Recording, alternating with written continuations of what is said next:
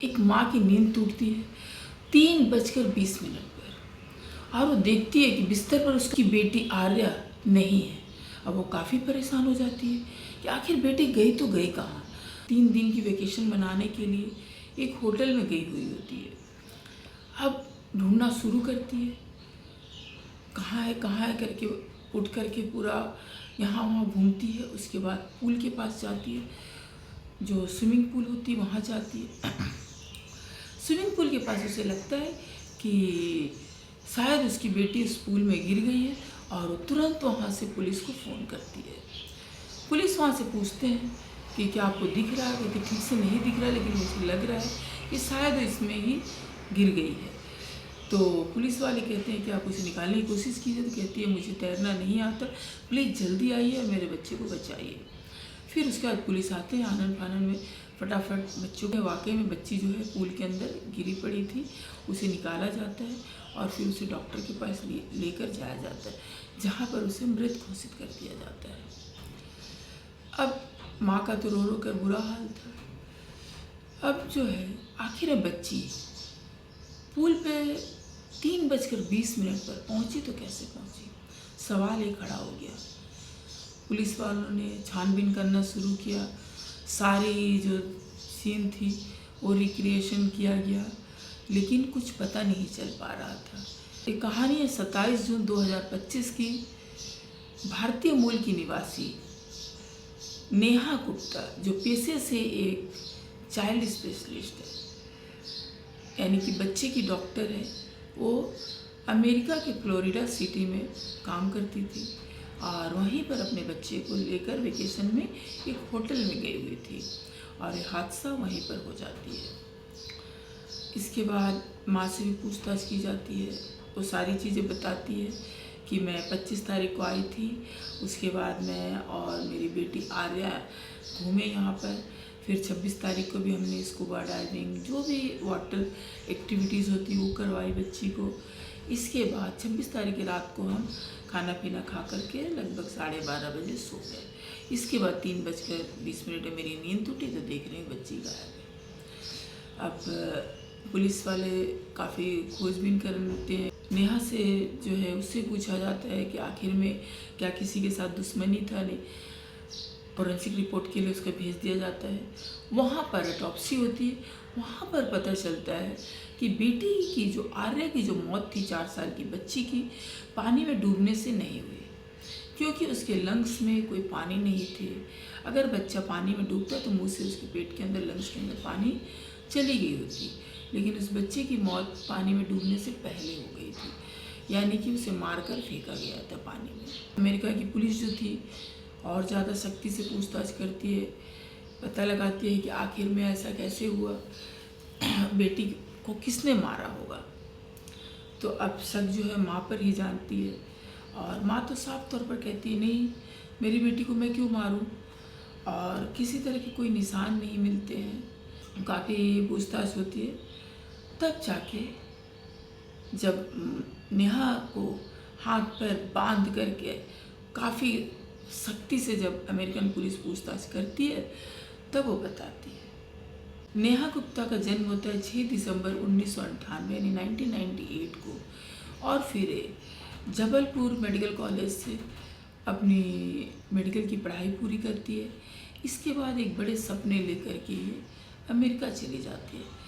वहाँ पर 2013 में अमेरिका चली जाती है। वहाँ पर इसकी मुलाकात सौरभ नाम के एक लड़के से होती है। वह भी मेडिकल की पढ़ाई करके वहाँ पर इंटर्नशिप कर रहे थे, यानी कि दोनों वहाँ पर इंटर्नशिप कर रहे थे। दोनों की मुलाकात हो जाती है, दोनों की अच्छी दोस्ती हो जाती है। इसके बाद दोनों फिर 2013 से लेकर 2016 तक लिविंग रिलेशन में रहते हैं और काफ़ी अच्छी बॉन्डिंग थी। 2013 से 16 तक ये लोग लिविंग में रहते हैं। इसके बाद इनकी जो है, इन्हें एक हॉस्पिटल में इनकी जॉब लग जाती है अच्छी खासी सैलरी में। दोनों चाइल्ड स्पेशलिस्ट के तौर पे काम करने लगते हैं, तो दोनों की अच्छी सैलरी होती है। फिर दोनों डिसाइड करते हैं क्यों ना हम शादी कर लें।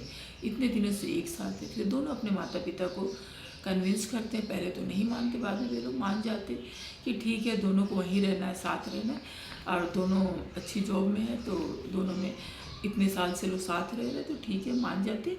और फिर अगस्त 2019 को इनकी शादी हो जाती है। दोनों बहुत ही खुशहाल ज़िंदगी, और भारत में ही शादी होती। सौरभ भी जो था भारत का ही रहने वाला था, और दोनों शादी करके फिर ये लोग अमेरिका शिफ्ट हो जाते हैं।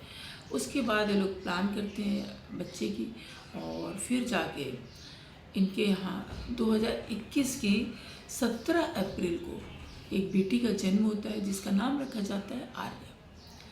और आर्या को बहुत ही अच्छी देखभाल लोग करते हैं, पैसों की तो कमी थी नहीं, अच्छे से पालते पोसते, हर तरह की सुख सुविधा देते हैं आर्या को। लेकिन धीरे धीरे क्या होता है, पति पत्नी के बीच तकरार होना शुरू हो जाता है, आपसी झगड़े होना शुरू हो जाते हैं, और ये झगड़े इतने बड़े हो जाते हैं कि अब दोनों एक दूसरे के साथ रहना पसंद नहीं करते। और इसके बाद 2022 में दोनों डिसाइड करते कि हम अलग रहेंगे, और फिर दोनों अलग हो जाते हैं। और सौरभ फिर और नेहा जो है अपनी बेटी को लेकर अपने साथ चली जाती है। फिर सौरभ जो है कोर्ट में अपील करता है अपनी बेटी की कस्टडी के लिए। नेहा को जब पता चलता है कि सौरभ ने बेटी की कस्टडी के लिए अपील किया, वह भी इस पर बहुत सारे केसेस एलिगेशन लगाती है, और फिर बेटी की कस्टडी खुद मांगती है। सौरभ जो है कोर्ट में दलील देता है कि नेहा की मानसिक स्थिति सही नहीं है, और उसकी मेडिकल रिपोर्ट जो है जमा करता है। मेडिकल रिपोर्ट को देखते हुए कोर्ट जो है फैसला सुनाती है कि आर्या की कस्टडी सौरभ के पास रहेगी, क्योंकि नेहा की जो है मानसिक स्थिति सही नहीं है, और इसने गलत इल्ज़ाम लगाया है सौरभ पर। इसलिए नेहा को 65 से 70 लाख रुपए भी सौरभ को देने पड़ेंगे। अब यहाँ पर नेहा जो है बहुत ही ज़्यादा डिप्रेशन में चली जाती है कि एक तो मेरी शादी गई, पैसे भी चले गए, और अब मेरी बेटी भी चली जाएगी। ये इसके अंदर घुटता रहता है। सौरभ बीच बीच में मिलने आता था अपनी बेटी से, तो नेहा अक्सर झगड़े किया करती थी और पुलिस को रिपोर्ट कर देती थी।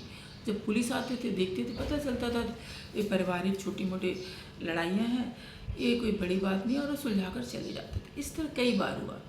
लेकिन अब समय धीरे धीरे आ गया था जब उसे आर्या को सौंपना था सौरभ को। अब जो नेहा है, इसके मन में खूब घुटन होती है। एक तो मैंने 65-70 लाख रुपए भी सौरभ को दिए, मेरी शादी भी गई, और अब मेरी बेटी भी चली जाएगी।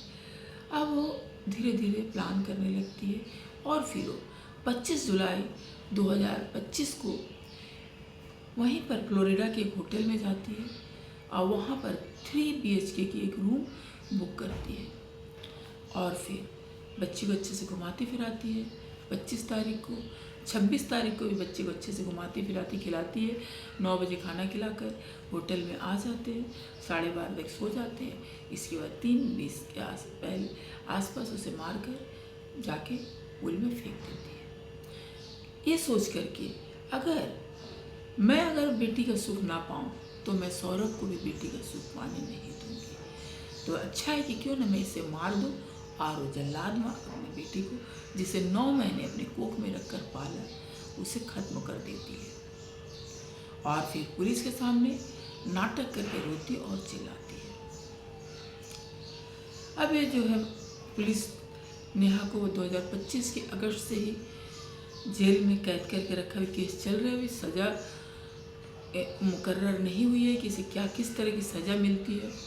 तो आपने देखा कि एक माँ, भारतीय मूल की माँ, कहते हैं ना ममता, एक माँ के आंचल में ममता होता है, लेकिन कभी कभी यही माँ, कलयुगी माँ, कुछ इस तरह की हरकत करती है ना कि माँ जो नाम में शर्मसार हो जाती है। तो दोस्तों, हमारी मंशा किसी की भावनाओं को ठेस पहुँचाना नहीं, बल्कि समाज में हो रहे इस तरह की बुराइयों से पर्दा उठाना था, और एक सच्ची घटना आप लोगों तक बताना था। अब आपकी इस पर क्या राय है? आपने अपनी कीमती और बहुमूल्य राय जरूर दीजिएगा कि नेहा गुप्ता को किस तरह की सज़ा मिलनी चाहिए, क्या आर्या के साथ नेहा गुप्ता ने जो किया सही किया, और इसी तरह की सच्ची कहानियाँ, इसी तरह की सच्ची घटनाओं को जानने के लिए हमारे चैनल को प्लीज़ लाइक शेयर सब्सक्राइब जरूर कीजिएगा। राधे राधे दोस्तों।